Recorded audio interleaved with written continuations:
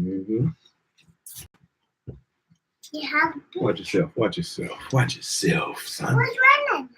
Shalom, shalom, everybody. Hello, hello, hello. Hello. Get your butt.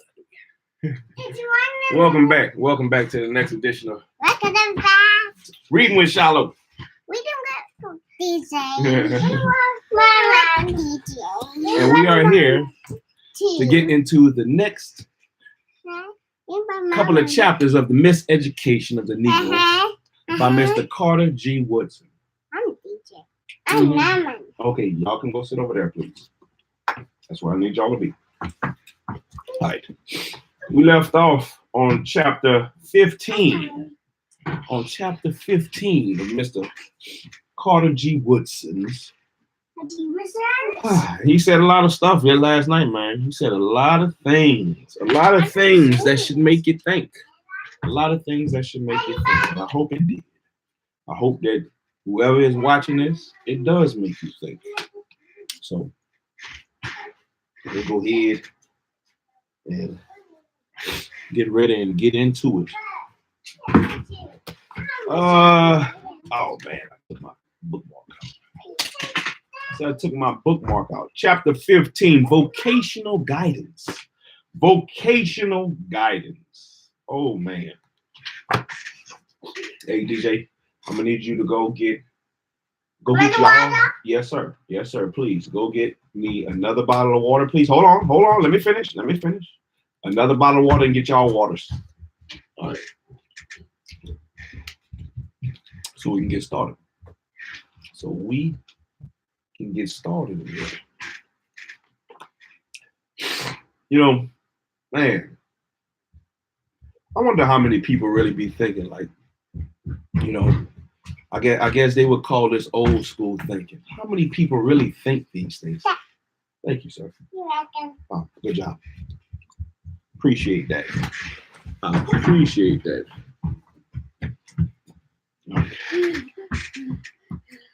That's gonna be for y'all. That's gonna be y'all water, all right? Just in case. No, y'all got your own cups. All right, let's get into it. The Mis-education of a Negro by Mr. Carter G. Woodson. Let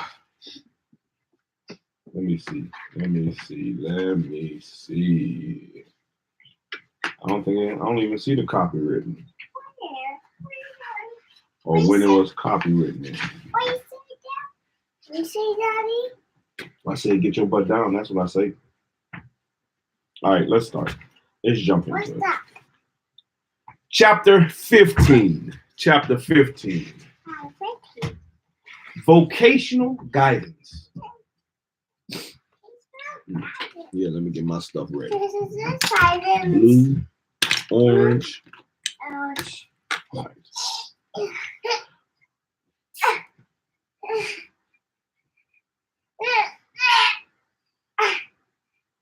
Where I told y'all to be. So go ahead and do it.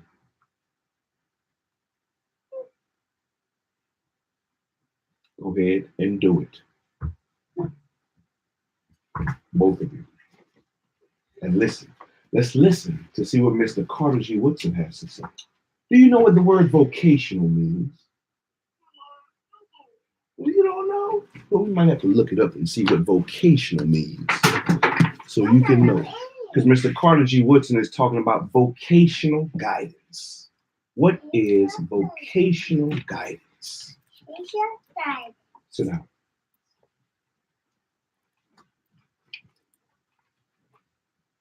V-O, vocation. Vocal? Vocation. No, vocation. Vocation. Vocation. Bless you, son. A conviction that one is called by God to do a particular kind of work. Any trade, profession, or occupation. Vocational guidance. Any trade guidance, any profession guidance, or occupational guidance. Yes, sir. Vocational guidance. Chapter 15. But how can the Negro in this new system learn to make a living? the most important task to which all people must give attention. In view of the Negro's economic plight, most of the schools are now worked up over what is called vocational guidance in an effort to answer this very question. To what, however, are they to guide their Negro students? Most Negroes now employed are going down blind alleys. And unfortunately, some schools seem to do no more than to stimulate their going in that direction. This may seem to be a rash statement, but a study of our educational system shows that our schools are daily teaching Negroes what they can never apply in life or what is no longer profitable because of the revolution of industry by the multiplication of mechanical appliances. For example, some of our schools are still teaching individual garment making, which offers no future today except in catering to the privileged and rich classes. Shit, I wonder who's still teaching garment making. Man, I wish some people would learn that now.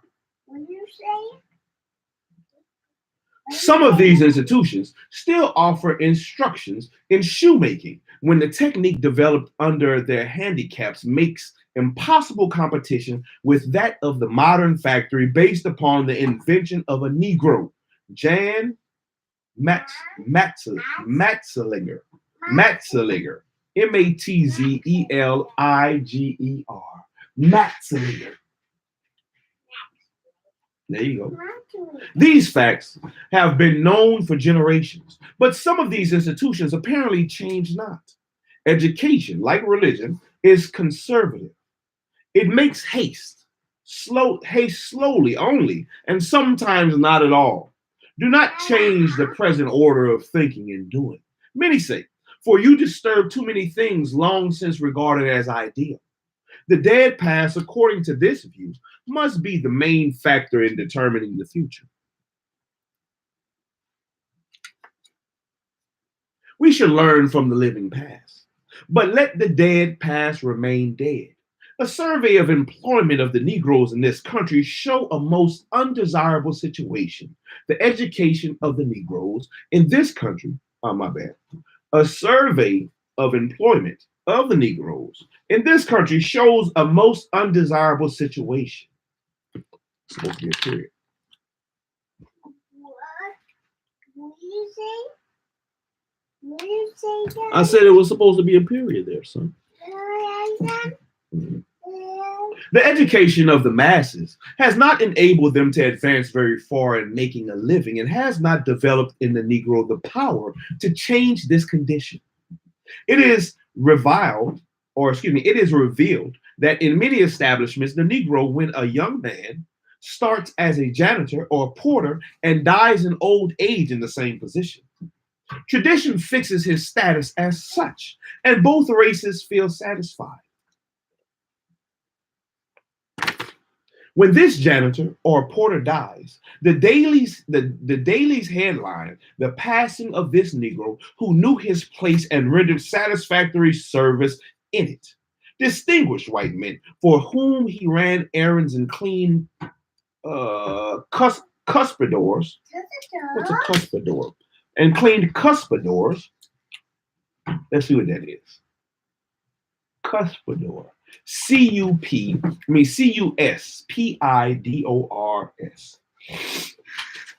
A cuspidor. Excuse me. No, sir, I didn't waste it.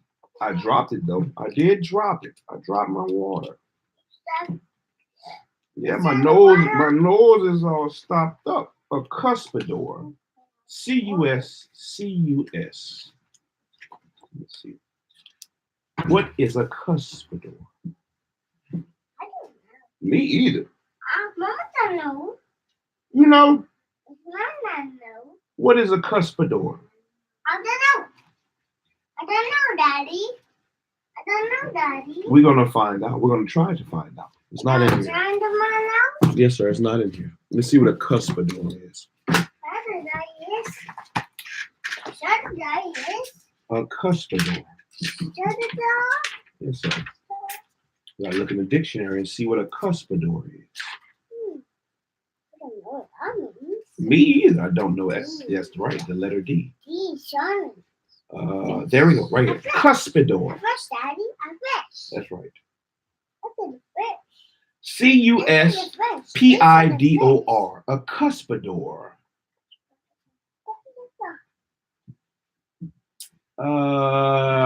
To spit, more at spew.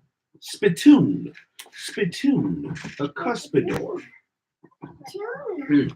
And cleaned, distinguished white men for whom he ran errands and cleaned spittoons, or a cuspidor. No, my bad, I blew my nose. A cuspidor. Never heard of that. A spittoon. I know what that is. I don't know what that means. Volunteer as honorary pallbearers and follow his remains to the final resting place. Thoughtless Negro editors, instead of expressing their regret that such a life of uselessness was not rewarded by promotion, take up the refrain as some great honor bestowed upon the race. Among people thus satisfied in the low pursuits of life and sending their children to school to memorize theories which they never see applied, there can be no such thing as vocational guidance. Such an effort implies an objective, and in the present plight of economic dependence, there is no occupation for which the Negro may prepare himself with the assurance that he will find employment. Opportunities which he has today may be taken from him tomorrow. Ooh. Opportunities which he has today may be taken from him tomorrow. Yeah, he may lose it. You could easily lose it tomorrow. That's what it says. The things that you have today can be easily lost tomorrow. Mm-hmm.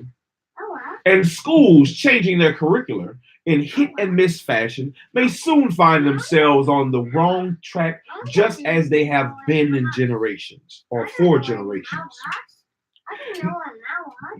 Negroes do not need someone to guide them to what persons of another race have developed. They must be taught to think and develop something for themselves. It is most pathetic to see Negroes begging others for a chance as we have been doing recently. Do not force us into starvation, we said. Let us come into your stores and factories and do a part of what you are doing to profit by our trade. The Negro as a slave developed this fatal sort of dependency and, restricted mainly to mental service and drudgery during nominal freedom, he has not grown out of it. Now the Negro is facing the ordeal of either learning to do for himself or to die out gradually in the bread line in the ghetto. Oh man, what an ordeal that is. What an ordeal it is. I don't know. An ordeal is like a situation. What a situation the Negro is in. I don't know either. Now the Negro is facing the ordeal of either learning to do for himself or to die out gradually in the bread line in the ghetto. And today, I believe a lot of Negroes would choose to die out in the bread line in the ghetto instead of learning to do for themselves. How many ghettos could have gardens? How many ghettos could we really do for ourselves in? What is it? What is it, Daddy? In the school, if schools really mean to take a part in the necessary uplift, they must first supply themselves with teachers. Unfortunately, we have very few such workers. The large majority of persons supposedly teaching Negroes never carry to the schoolroom any thoughts as to improving their condition. From the point of view of these so-called teachers, they have done their duty when in automating fashion, they impart in their schoolroom the particular facts which they wrote out in the examination when they qualified for their respective positions. Most of them are satisfied with receiving their pay and spending it for the toys and the The gewgaws of life. The gewgaws of life. What did these spiders today? Gewgaws. I think that's the meaningless stuff. The gewgaws. The gewgaws of life. GEWGAWS. Gewgaws.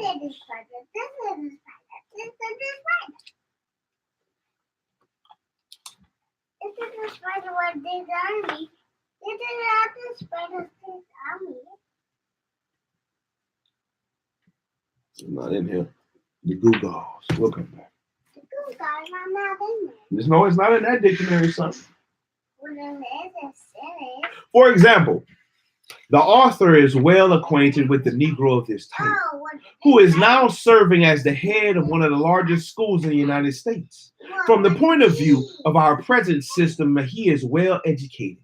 He holds advanced degrees from one of the leading institutions of the world. And he is known to be well informed on all of the educational theories developed from the time of Socrates down to the day of Dewey. Yet, this educator says repeatedly that in his daily operations, he never has anything to do with Negroes because they are impossible. He says that he never buys anything from a Negro store, and he would not dare to put a penny in a Negro bank. For such teachers, large numbers of Negroes learn this fateful lesson. For example, not long ago, a community of Negroes in a large city went to the owner of a chain store in their neighborhood and requested that he put a Negro manager in charge. This man replied that he doubted that the Negroes themselves wanted such a thing. The Negroes urged him to make the change, assured him that they were unanimously in favor of it. The manager, however, asked them to be fair enough with his firm and themselves to investigate before pressing the matter any further. They did so and discovered that 137 Negro families in that neighborhood seriously objected to buying from Negroes and using articles handed by them. And the self-hatred. These Negroes then had to do the groundwork of uprooting the inferiority idea which had resulted from their miseducation. To what then can a Negro, while despising the enterprise of his fellow, guide the youth of his race? And where do you figure out that the youth thus guided will be by 1950? Where will they be?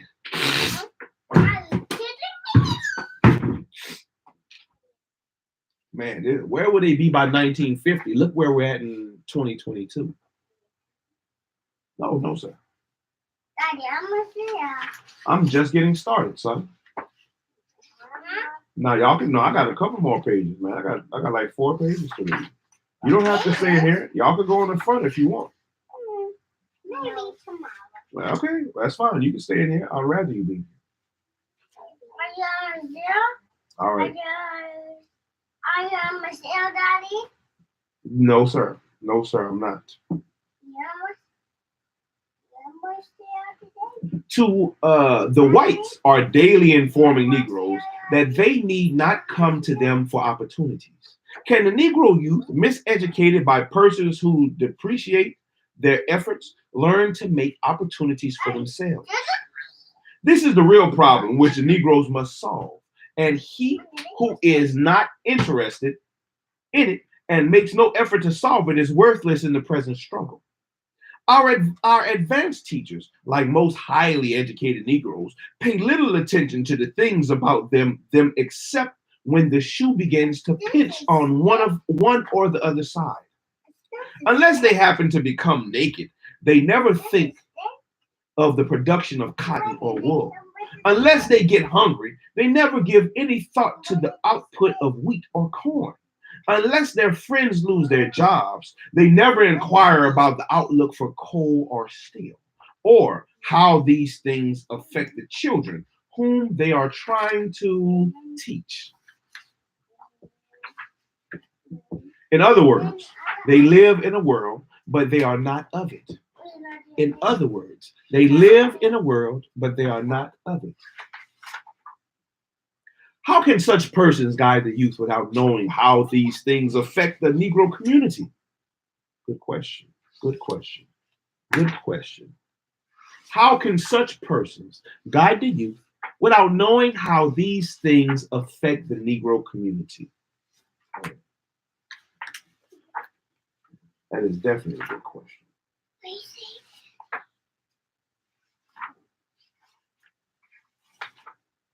All right. You gonna keep sitting over there, or you want to come sit over here? No. You can climb up there, but don't be jumping off of it. If you're gonna make too much noise too, I'm gonna ask you to get off, okay? All right. The Negro community, in a sense, is composed of those around you, but it functions in a different way. We cannot see it by merely looking out of the windows of the schoolroom. This community requires scientific investigation. While persons of African blood are compelled to sustain closer relation to their own people than to other elements in society, they are otherwise influenced socially and economically. Oh boy. The Negro community suffers for lack of delimitation because of the various ramifications of life in the United States. For example, there may be a Negro grocer in the neighborhood, but the Negro chauffeur for the rich man downtown and the washerwoman for the aristocrat family in Quality Row will be more than apt to buy their food and clothing at the larger establishment with which their employers have connections, although they may be insulted there. Negroes of the District of Columbia have millions of dollars deposited in banks downtown, where Negro women are not allowed in the ladies' restrooms. Right in the heart of the highly educated Negro section of Washington, too, is a restaurant catering through the front door exclusively to the white businessmen who must live in the Negroes section to supply them with the necessities of life, and catering at the same time through the back door to the numbers of Negroes who pile into that dingy room to purchase whatever may be thrown at them. Yet, less than 2 blocks away are several Negroes running cafes where they can be served for the same amount and under desirable circumstances. Negroes who do this, we say, do not have the proper attitude toward life and its problems. And for that reason, we do not take up time with them. They do not belong to our community. The traducers of the race, however, are guiding these people the wrong way. Why do not the educated Negroes change their course by identifying themselves with the masses?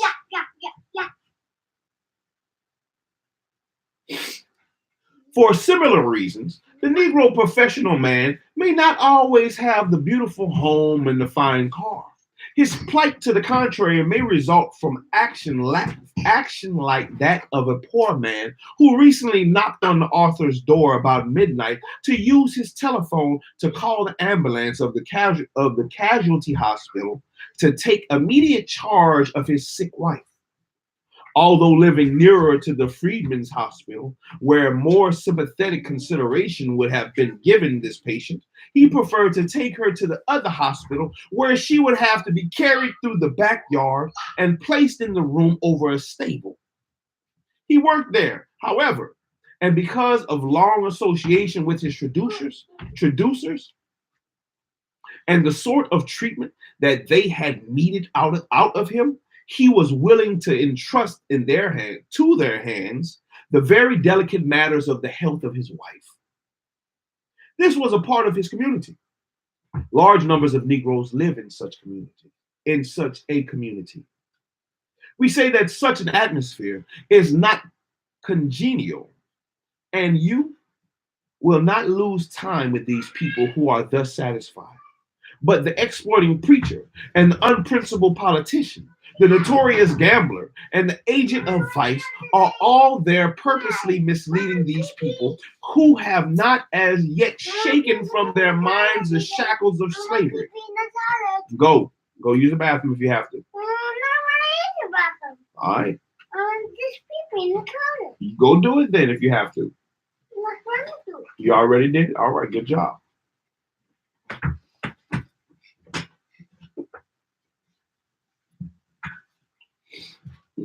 Let me read that again. Large numbers of Negroes live in such community. You say that such an atmosphere is not congenial, and you will not lose time with these people who are thus satisfied. But the exploiting preacher, the unprincipled politician, the notorious gambler, and the agent of vice are all there purposely misleading these people who have not yet shaken from their minds the shackles of slavery. What is going to become of them? What is going to become of you? We avoid them because we find enjoyment among others, but they are developing their own community. Their teacher lives in another community, which may or may not be growing. Will has community, so expand as to include theirs. Will has community, so expand as to include theirs. If not, their community will encroach upon his. It is a sort of social dualism. What will the end be? The teacher will help to answer this question. Such guidance, however, must not be restricted to the so-called common people. So many Negroes now engaged in business have no knowledge of its possibilities and limitations. Most of them are unwise, as a Negro businessman who came to Washington recently in a $10,000 car representing a firm with only $100,000 invested. It is only a matter of time before his firm will be no more. He started out destroying his business at the very source. While Negroes are thus spending their means and themselves in riotous living, the foreigners come to dwell among them in the modest circumstances long enough to get rich and to join those who close in on these unfortunates economically until all the hopes for their redemption are lost.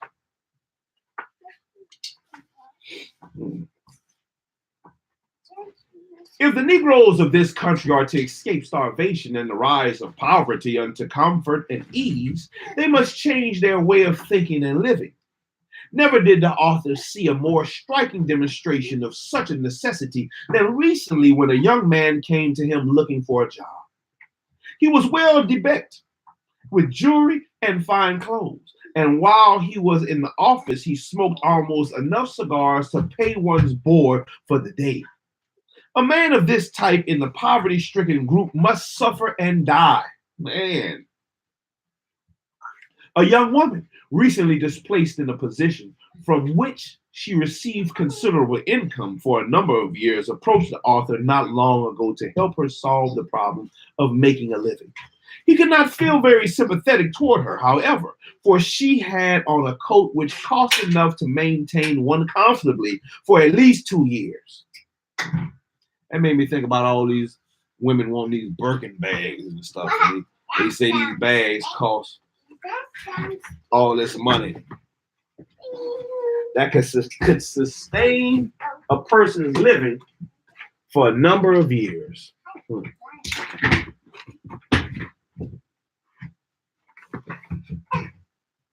While talking with him, moreover, she was so busy telling him about what she wanted, and she had little time to inform him as to what she could do to supply her needs.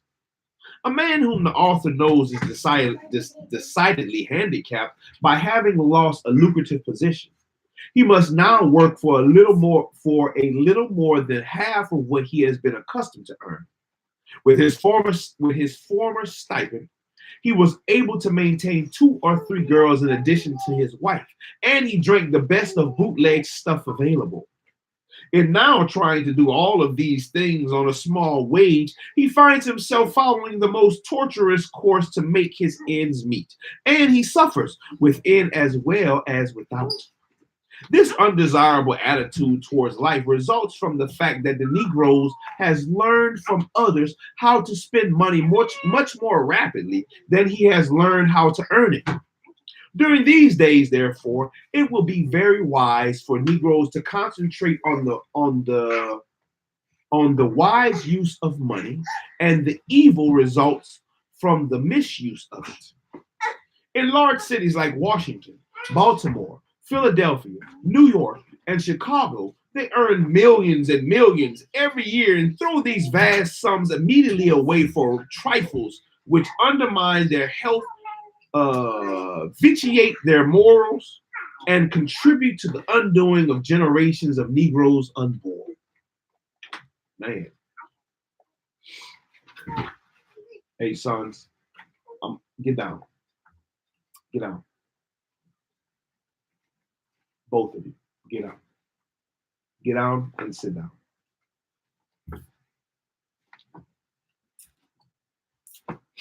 Thank you. This enlightenment as to, well, go ahead, son, go ahead. This enlightenment as to economic possibilities in the Negro community must not only include instruction as to how enterprises can be made possible, but how they should be apportioned among the various parts of the Negro community.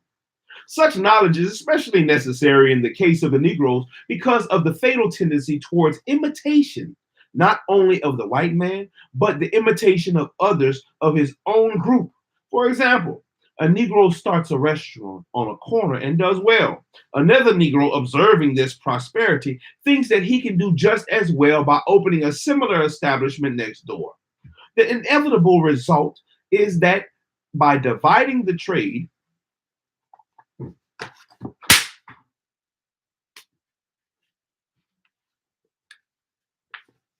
I had to kill that spider. I had to kill that spider. That spider was dangling down in front of me, man. I had to kill him. I killed that thing. You killed that spider. That's right. The inevitable result is that by dividing the trade between himself and his forerunner, he makes it impossible for either one to secure sufficient patronage to continue in business. In undertakings of great importance, this same undesirable tendency toward duplication of effort is also apparent. It has been a common thing to find 2 or 3 banks in a Negro community, each one struggling for an existence and competing for the patronage of the small group of people, all of whom would hardly be able to support one such financial institution. These banks continue their unprofitable competition and never think of merging until some crisis forces them to the point that they have to do so or go into bankruptcy. The Negro community then never has a strong financial institution which with sufficient resources to stimulate the efforts of the businessmen who otherwise might succeed. The same short-sightedness has been evident in the case of the insurance companies organized by Negroes. One was established here and then another followed there in imitation of the first. We have been accustomed to boast that the Negroes have about 50 insurance companies in this country, marking the corners of the streets of their cities with large signs displaying what they are doing for the race. Instead of boasting in such unwise expansion, we should have received such information with sorrow. For what the race actually needs is to merge all the insurance companies now supported by Negroes and make one good one. Such a step away from duplication would be a long stride towards our much needed awakening. What did I tell you to do? Get down is what I told you to do.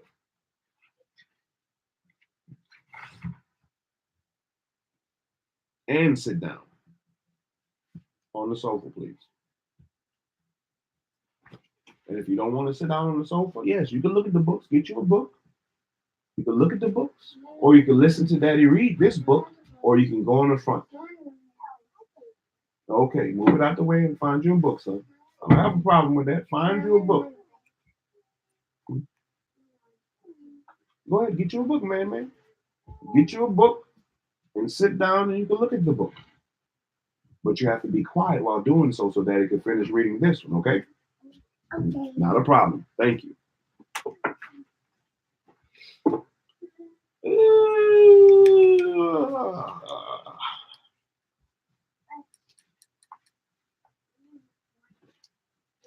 Instead of boasting of such unwise expansion, we should have received such information with sorrow. For what the race actually needs is to merge all the insurance companies now supported by Negroes and make one good.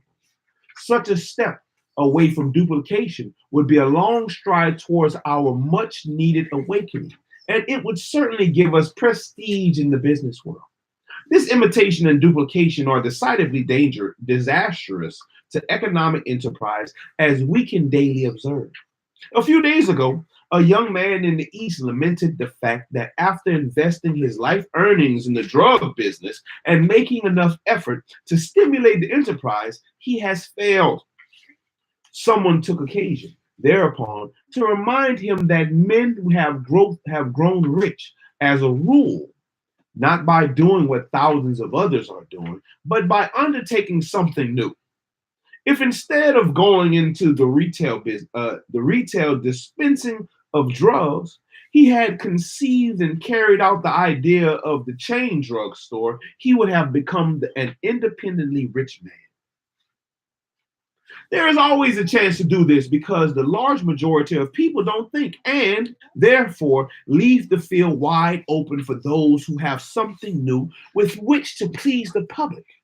Negroes even found this possible during the days of slavery, when the race supposedly had no chance at all. Man. If they could do this during slavery, why they act like they can't do it now? You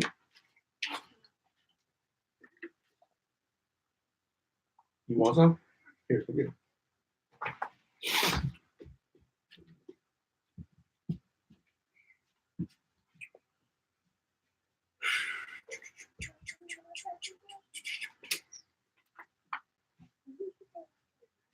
About 100 years ago, Thomas Day. Thank you, sir.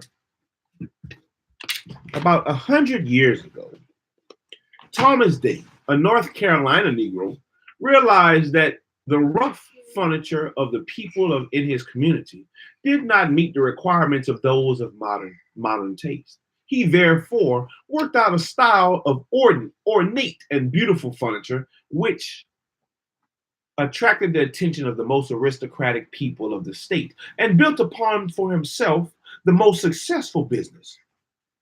Persons in that state are still talking about the Day furniture, and not long ago it became the subject of a magazine article. If North Carolina would turn out more Negroes of this type today, instead of the rather large number who are going to teach and preach, some of the present economic problems might therefore be solved. During these same years, another Negro was showing himself to be equally ingenious. This was Henry Boyd. After buying himself in Kentucky, he went to Cincinnati to start life as a free man. There he encountered so much prejudice against Negro labor that he could not find employment at his trade of cabinet making. A new thought came to him, however.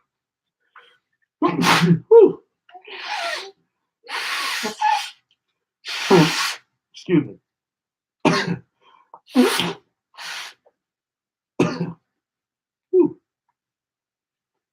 Excuse me. Yes, sir. I feel like I'm going to sneeze again. A new thought came to him, however, and in this way, he solved his own problem. Boyd became convinced that people had been sleeping long enough on straw ticks and wooden slats, and he invented the corded bed, the most comfortable bed prior to the use of springs, which brought still more ease. Boyd's corded bed became popular throughout the Ohio and Mississippi valleys. Excuse me. Whew. Nose? What's in there? Yeah, What's in there? some boogers. What's in your Yeah, nose? boogers in my nose. What's in daddy nose? Whew. Is it on your nose? Yeah, boogers all in my nose. Gotta get them out. Hold on. Whew. Whew. Whew.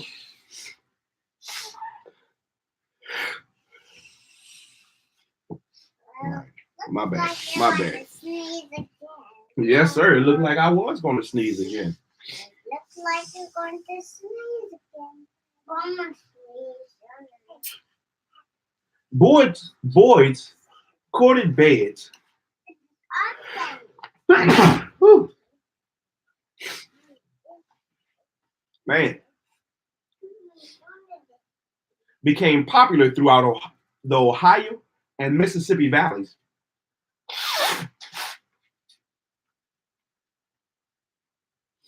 And he built up a profitable trade, which required the employment of 25 white and black artisans. Other enterprising Negro businessmen like Boyd gave the Negro element of Cincinnati more of an aspect of progress before the Civil War than it has today. Has the Negro less chance today than he had a century ago? Has the Negro less chance today than he had a century ago? I would say he has way more.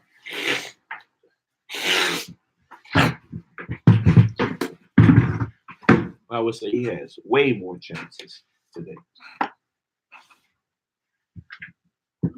For about 30 years, the author knew an old Negro lady in Gordonsville, Virginia, who gave the world something new in frying chicken. I wonder who that is.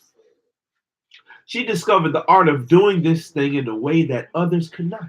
And she made a good living selling her exceptionally prepared chicken and fried puffs at the windows of the cars when the train stopped at the station. Well-to-do men and women of both races would leave the Pullman train with its modern dinner attached and go out and supply themselves and their friends with this old lady's tastefully made up lunches. She's like they're selling plate lunches. Yeah, she was selling plate lunches. Mm-hmm. I don't know what that means. Like how when we go get French fries and tenders. Yes, sir. This lady was selling plate lunches of fried chicken. Another woman of color living in Columbia, bless you, Missouri, recently gave the world another new idea. She had learned cooking, especially baking, but saw no exceptional opportunity in the usual application of the trade. After studying her situation and the environment in which she had to live, she hit upon the scheme of popularizing her savorous sweet potato biscuits. Ooh, that sounds good. Beaten whiter than all others by the invention of her own. And the people of both races made a well-beaten path to her home to enjoy these delicious biscuits. In this way, she has made herself and her relatives independent. This is the way fortunes are made. But Negroes who are I like that. Negroes who are consensuously doing their best to rise in the economic sphere do not follow the noble examples of those who had less opportunity than we have today. We spend much time in slavish imitation, but our white friends strike out along new lines. Almost all of the long fortunes in America have been made in this way. John D. Rockefeller did not set out in life to imitate Vanderbilt. Rockefeller saw his opportunity in developing the oil industry. Carnegie had better sense than to imitate Rockefeller, for the task was already well done, and he consolidated the steel interests. Henry Ford knew better than to take up with what Carnegie had exploited, for there appeared a still larger possibility for industrial achievement in giving the world the facility of cheap transportation in the low price car. Shit, they ain't low price no more.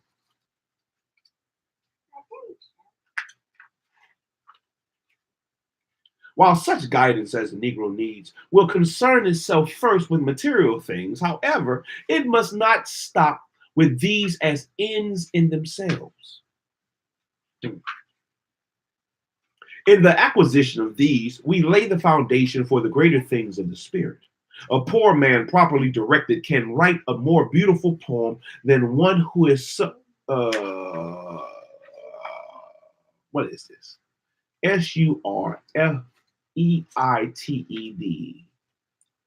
surfeited. Surfeited. Let's see, I think I'm pronouncing that wrong.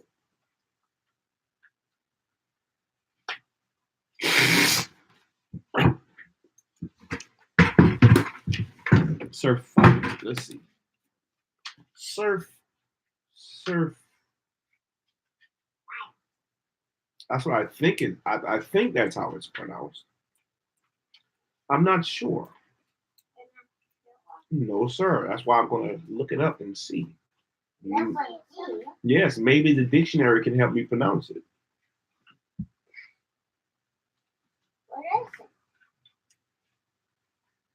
It's a word that I don't know. Yes, sir. F-E-I-T.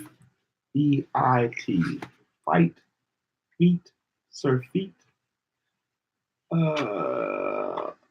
I before E, except after C is what they say. I before E, except after C. Friend. F-R-E-I-N-D. Friend.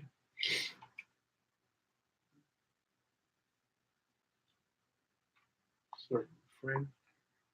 Surfeit. Surfeited. I don't know. I'm not sure. I have to look it up later. I looked it up and didn't even see what it was. My bad.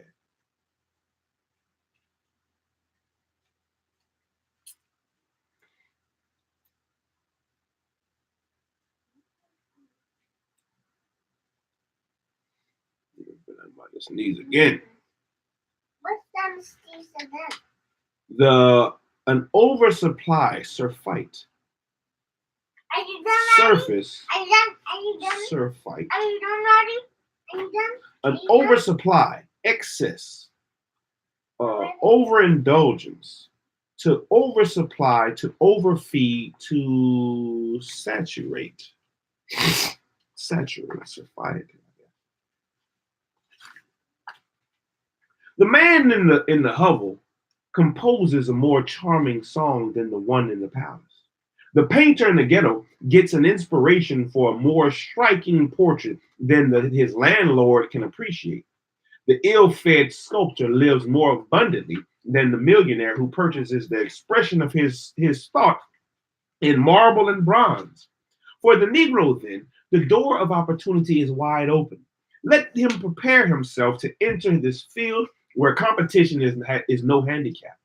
In such a sphere, he may learn to lead the world while keeping pace with it in the development of the material things of life.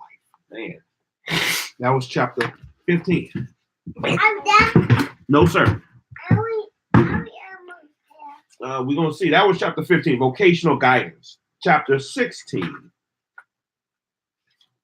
We got 2 pages left to go. The new type of professional man required. Yes, sir. 2 more pages. Negroes should study for the professions for all sane reasons that members of another race should go into these lines of endeavor, and also on account of the particular call to serve the lowly of their race. In the case of the law, we should cease to make expectations because of the possibilities for failure resulting from prejudice against the Negro lawyer and the lack of Negro business enterprises to require his services. Negroes must become like English gentlemen who study the law of the land, not because they intend to practice the profession.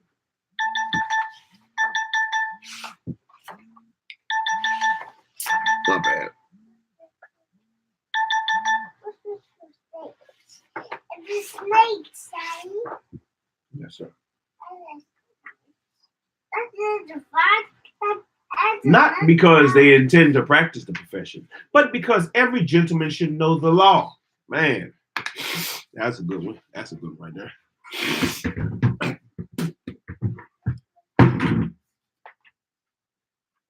Whoa, wait. Yes. Negroes must become, Is it the snake? yes, sir, like English gentlemen who study the law of the land, not because they intend to practice the profession, but because every gentleman should know the law of the land. In the interpretation of the law by the courts, too, all the rights of Negroes in this country are involved, and a larger number of us must qualify for this important service. We may have too many lawyers of the wrong kind, but we have not our share of the right kind.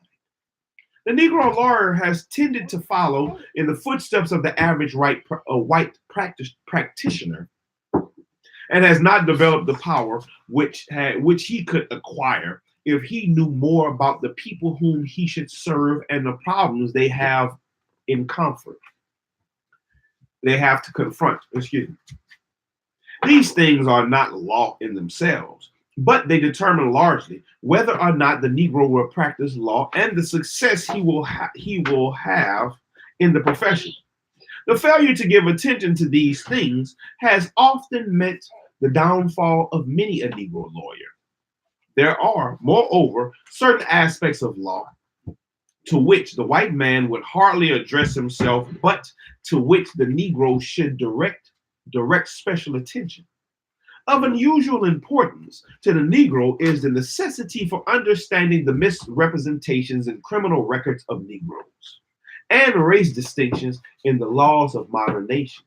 These matters require a systematic study of the principles of law and legal procedure, and in addition thereto, further study of legal problems as they meet the Negro lawyer in the life which he must live. Thank you. This offers the Negro Law School an unusual opportunity. An unusual opportunity. But will they take it?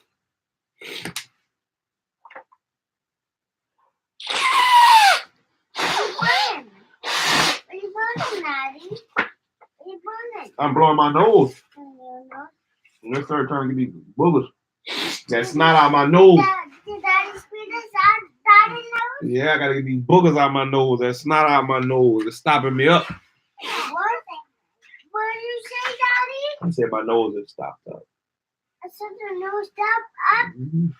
I want your nose stopped. Because our lawyers do not give attention to these problems, they often fail in the crisis. They are interested in the race and want to defend its cause.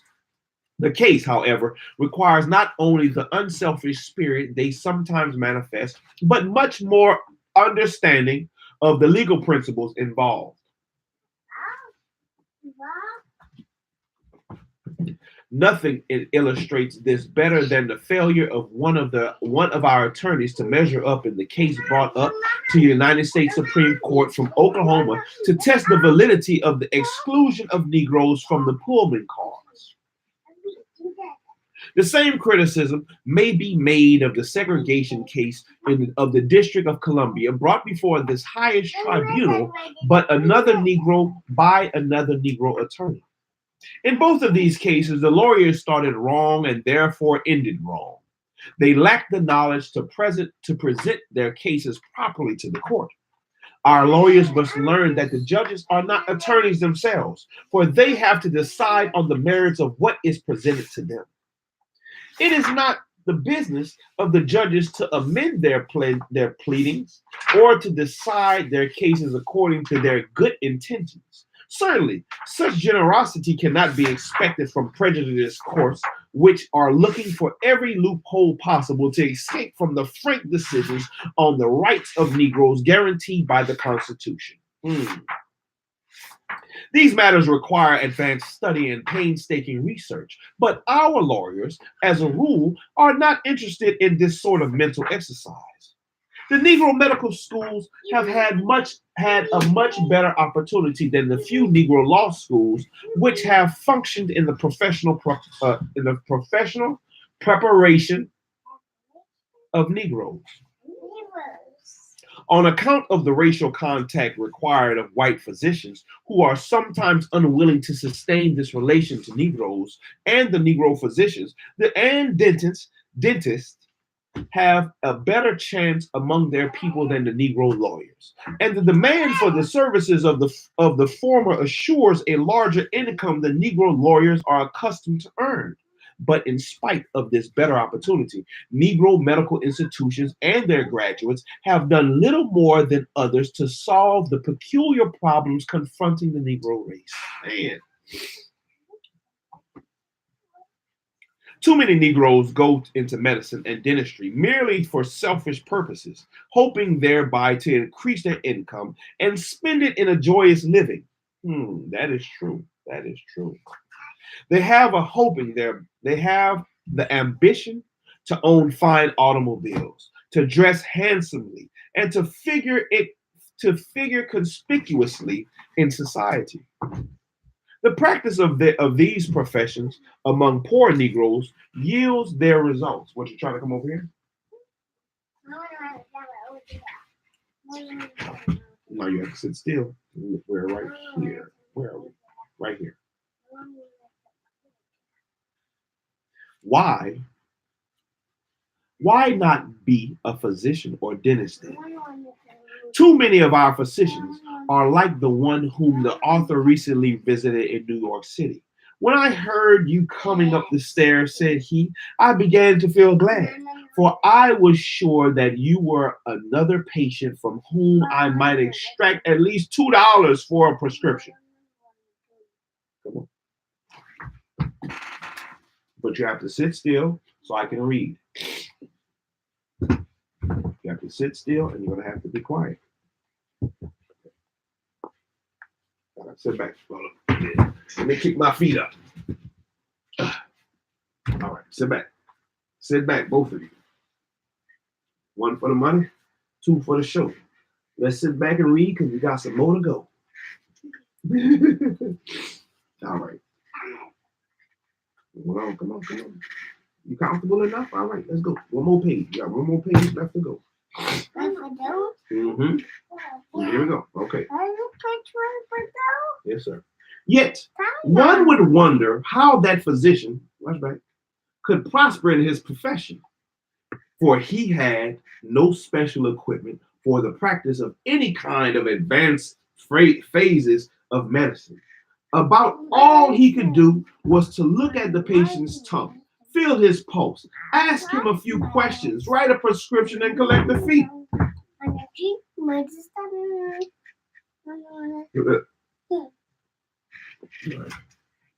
And collect the fee. The apparatus required for the modern treatment of serious maladies, he did not have and seemed to have no ambition to possess.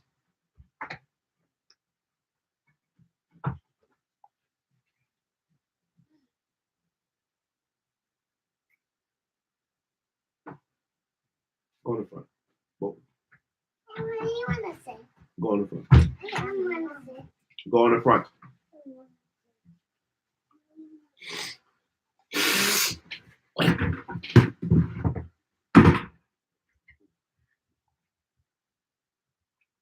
The Negroes of today are very much in need of physicians who, in their professional work, will live up to what they are taught in schools and will build upon their foundation by both experience and further training. In his segregated position in the Negro, in the ghetto, in his segregated position in the ghetto, the Negro health problem presents more difficulties than that of the whites who are otherwise circumstanced. The longevity of the Negro depends in part upon the supply of this particular problem. Since the Negroes are forced into undesirable situations and compelled to inhabit germ-infested districts, they cannot escape ultimate extermination of our physicians do not help them to work out a community health program which will provide for the Negro some way to survive. Negro medical schools and their graduates must do more preaching of the necessity for improving conditions which determine health and eradicate disease. A large number of physicians and nurses must be trained, and new opportunities for them to practice must be found. Man, a lot of places where it's missing periods. That's all right. It's all right. We're going to push through. This can be done by turning out better products from these schools and the extension of hospitals among Negroes who have been so long neglected in this campaign. However, the Negro physicians must supply the leadership and others must join with them in this effort. From medical schools too, we must have Negroes with a program of medical research. Today, the world is inclined to give attention to the health of the Negro since unsanitary conditions of the race will mean the loss of health among the whites. Philanthropists, however, hardly know how to proceed or which way to go because they have so long neglected the Negroes that they do not know how to provide wisely for them. And the Negro physicians themselves have failed to give adequate attention to these conditions. Negro medical students have not directed sufficient attention to the antebellum background of the Negro who, still under that influence, indulges in superstitious and religious practices which impede the progress of medicine among them. One would be surprised to know the extent of which primitive medicine is practiced among American Negroes today. Often, in the rural districts, they seldom see a physician. The midwife and the herb doctor there control the situation. The midwife and the herb doctor there control the situation. Excuse me. Ooh, man. I don't know what's going on with my nose today, man. So when that window open, got my nose stopped up.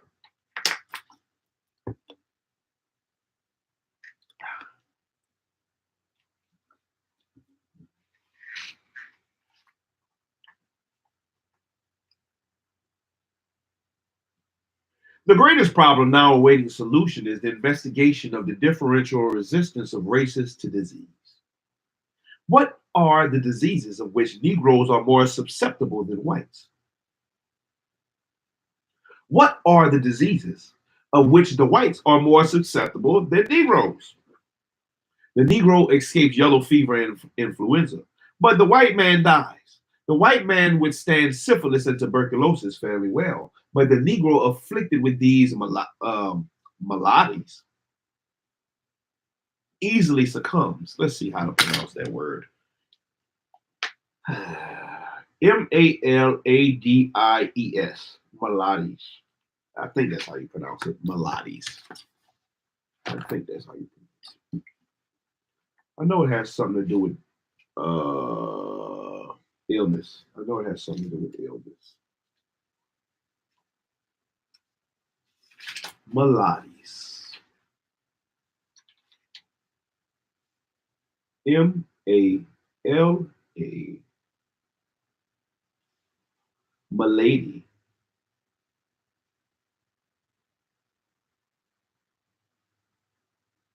Maladies.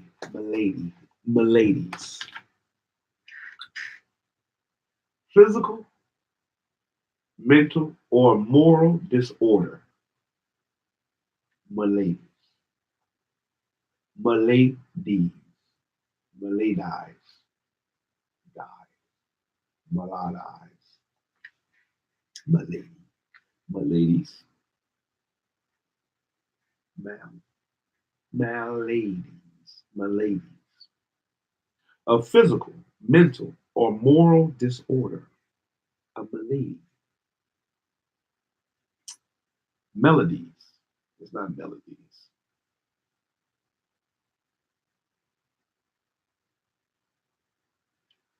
Malady. Malady. I believe it's maladies. I believe it's maladies. Maladies. Maladies. At least that's what I'm going to say for right now. These questions offer an inviting field of research for Negro medical students.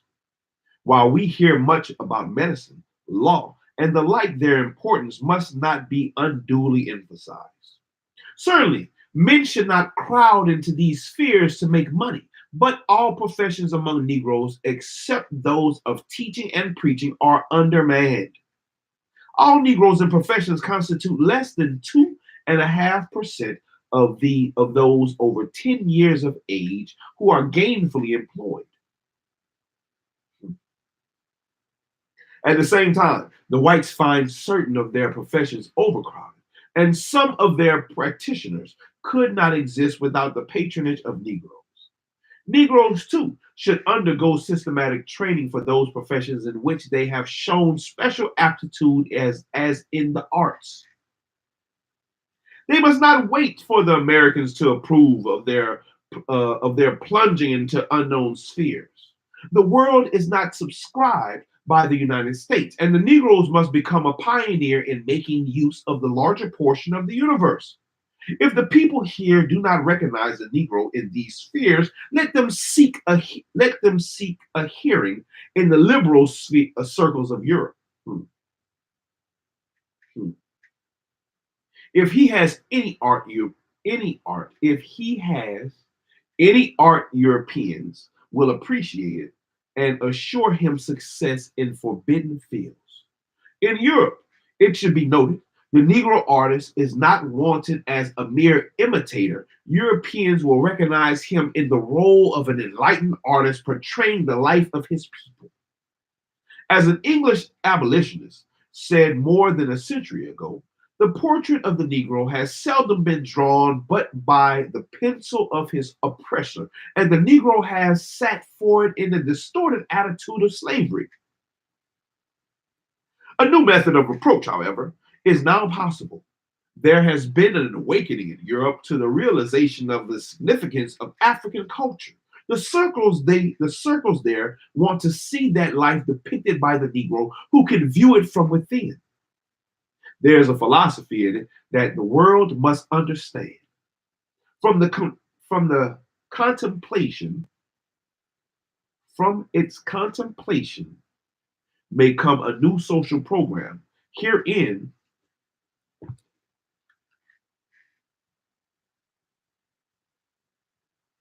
from its contemplation comes a new social program. Herein lies the opportunity of the Negro artist as a world reformer. Will he see it and live, or continue the mere imitation of others and die? Will he see it and live, or continue the mere imitation of others and die? Another good question. Another good question.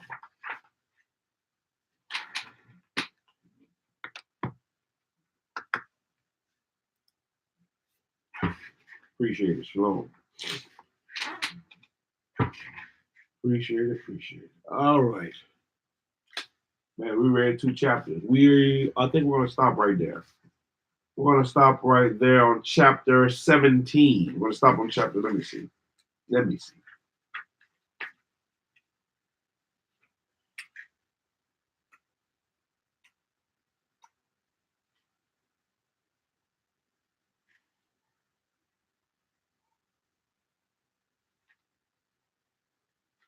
Man, we only got, man, I might keep going.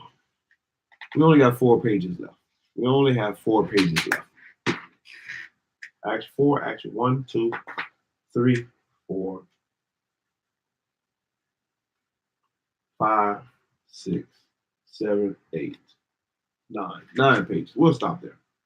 We'll stop there. We'll come back and read the last chapter 17, chapter 18,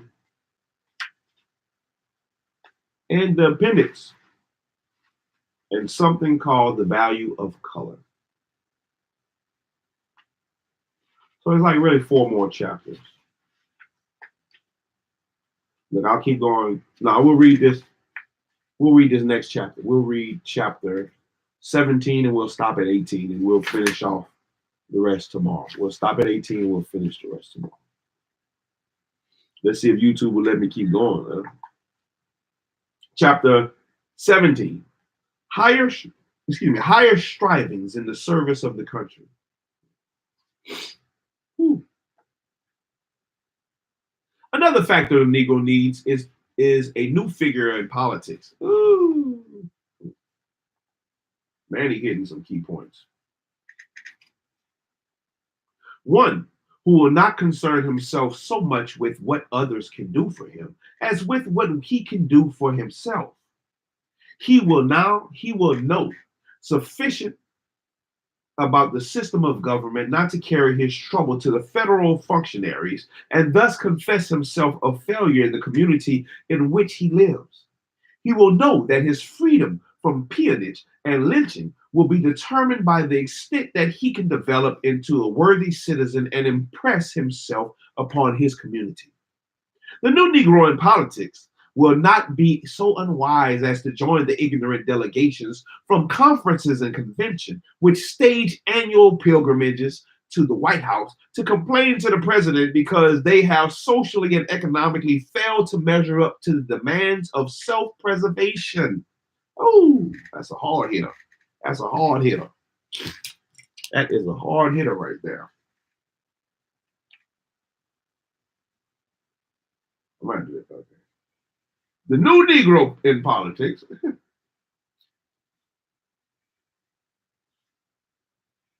Yeah.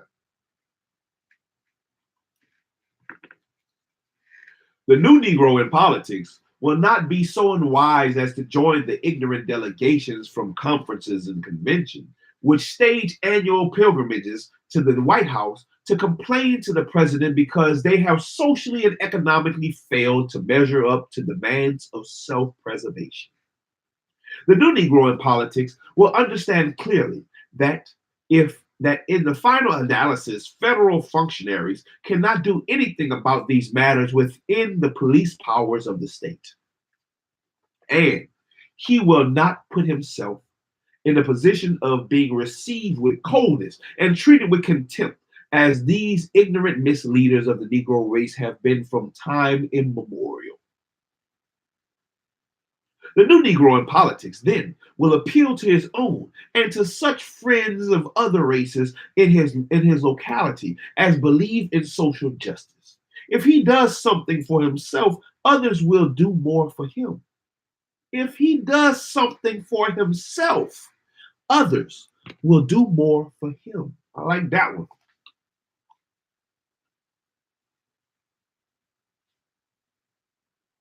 The increasing vigor of the race then will not be frittered away in partition strife in the interest of the oppressors of the race.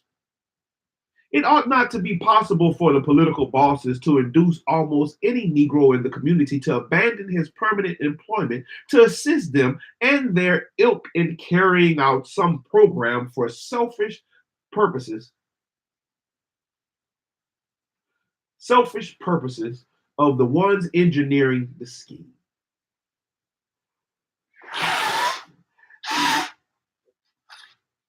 Excuse me. That's better. It ought not to be possible for the politicians to distribute funds as the rate of $50 or $100 a head among the outstanding ministers and use them and their congregations in vicious partisan strife, partisan strife. It is most shameful that some ministers resort to religion.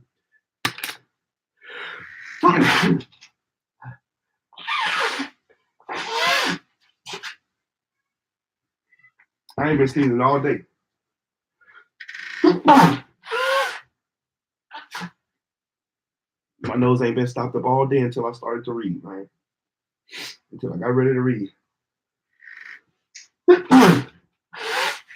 Oh, excuse me. Man. Whew.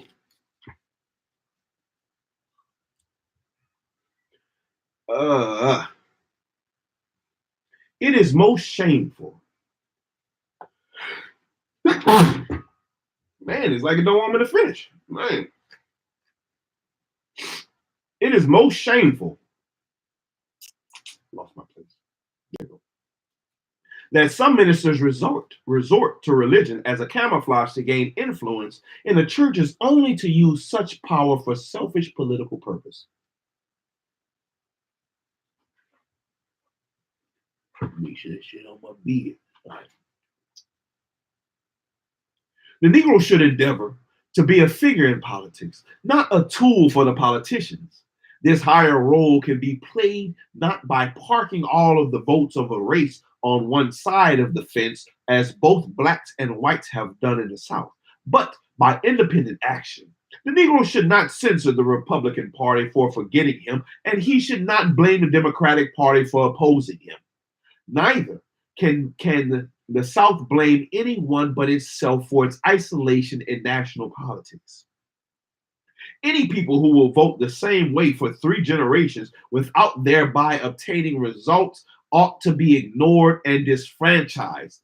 Man, that's what he did right now. Hit the boys in the gut. Any people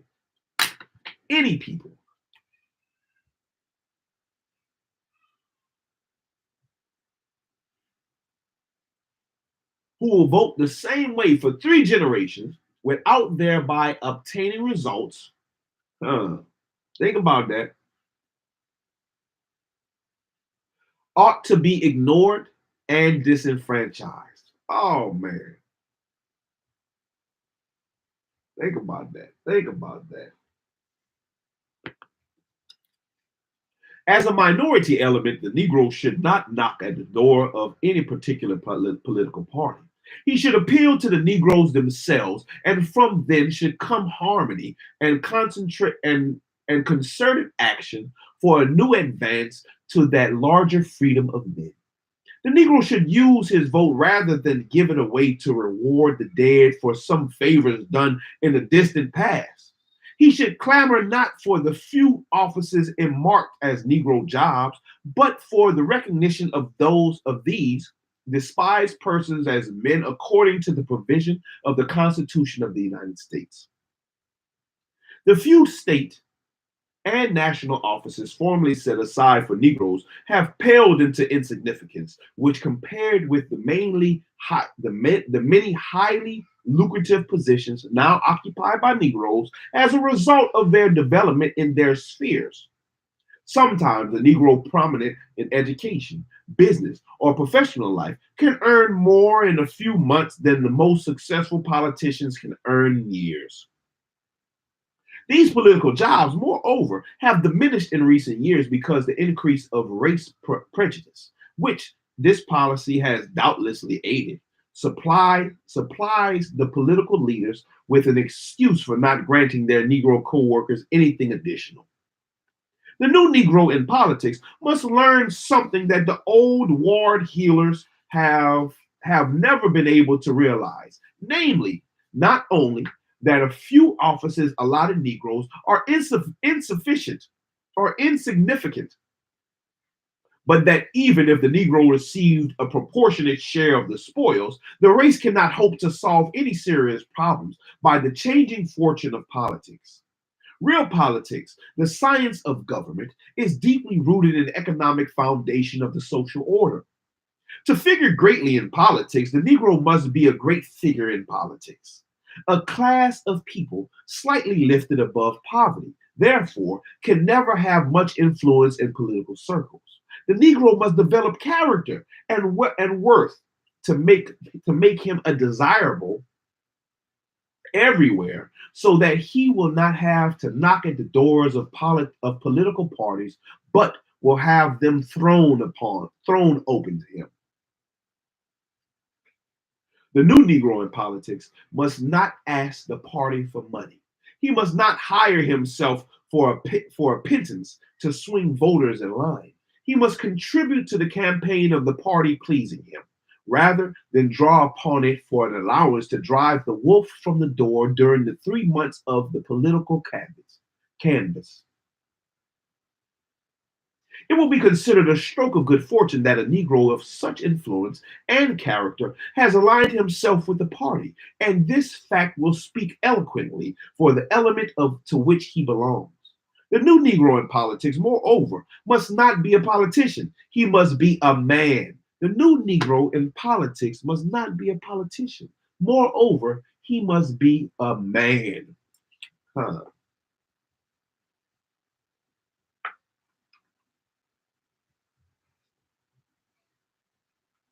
He must try to give the world something rather than extract something from it.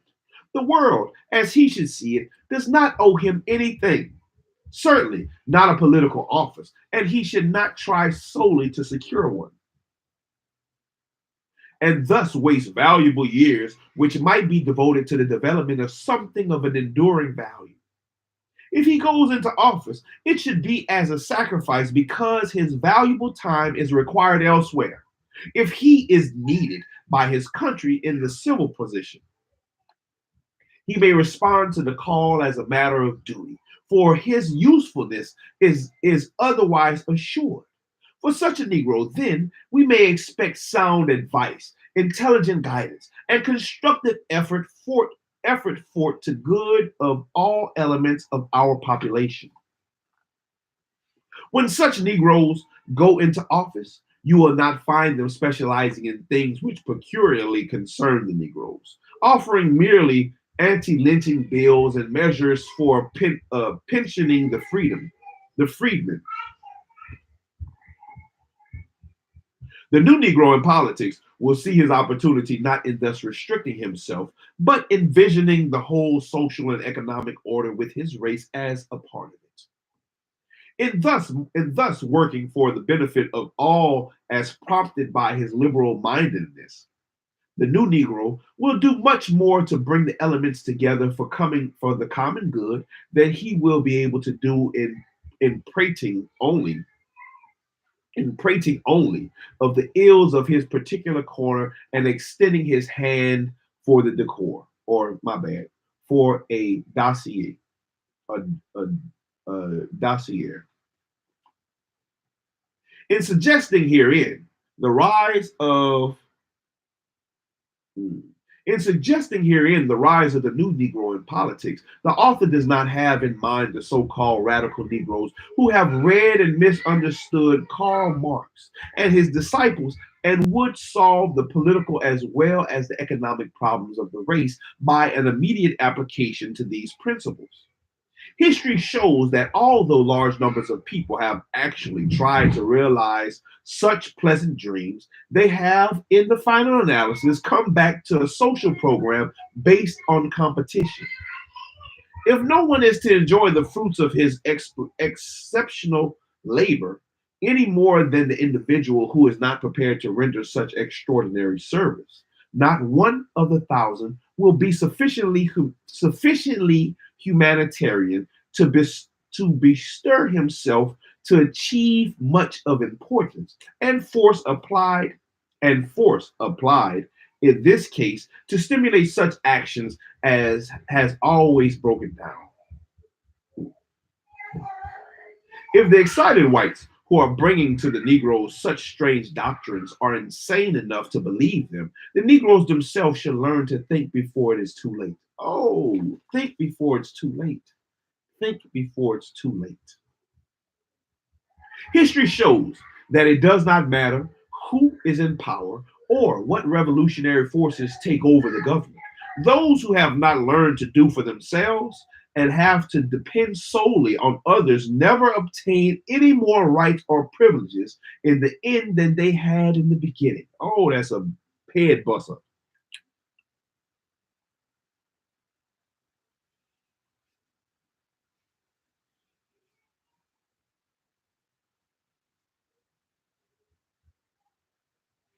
History shows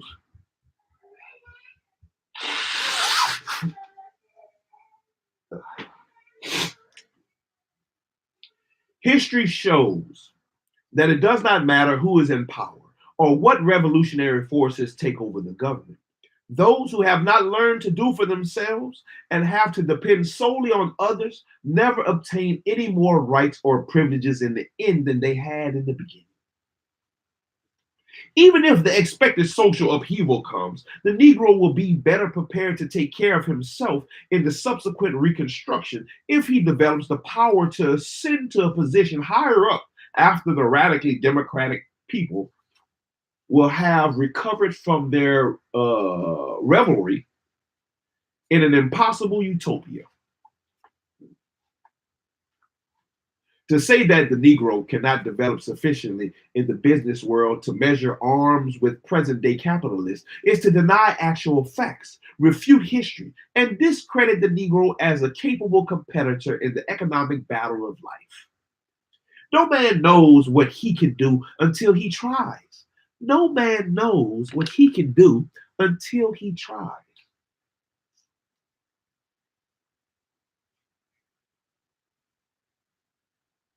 The Negro race has never tried to do very much itself. The race has great possibilities. Properly awakened, the Negro can do the so called impossible in the business world and thus help to govern rather than merely be governed.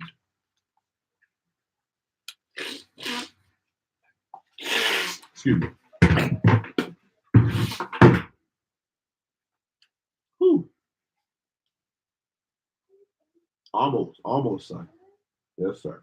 In the failure to see this and the advocacy of the destruction of the whole economic order to right social wrong, we see again the tendency of the Negro to look to some force from without to do for him what he must learn to do for himself.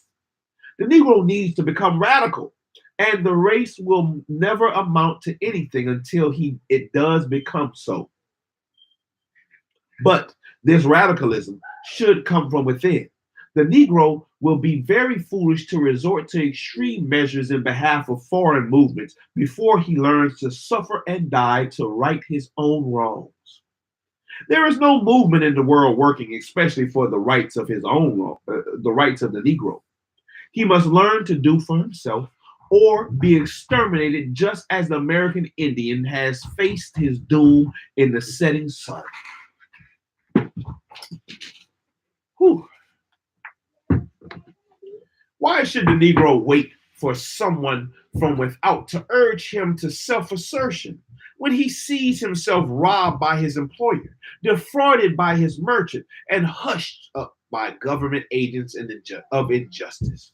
Why wait for a spur to action when he finds his manhood insulted, his women outraged, and his fellow men lynched for amusement? Man, the Negroes have always had sufficient reason for being radical, and it looks silly to see them taking up the cause of others who pretend that they are interested in the Negro when they merely mean to use the race as a means to an end. When the desired purpose of these so-called friendly groups will have been served, they will have no further use for the Negro and will drop him just as the Republican machine has done. The radicals bring forward to the argument that the Negro, being of the minority group, will always be overpowered by others from the point of view of the selfish elements. This may be true, and certainly it has worked thus for some time. But things do not always turn out according to mathematical calculations. In fact, The significant developments in history have never been thus determined. Only the temporary and the trivial can be thus forecast. The human factor is always difficult for the materialist to evaluate, and the prophecies of the alarmists are often upset. Why should we expect less in the case of the Negro? Why should we expect less in the case of the Negro? We're going to stop there. And we'll pick back up at chapter 18, the study of the Negro. That was today's session. Yes, sir, I'm done. I got to just finish it off.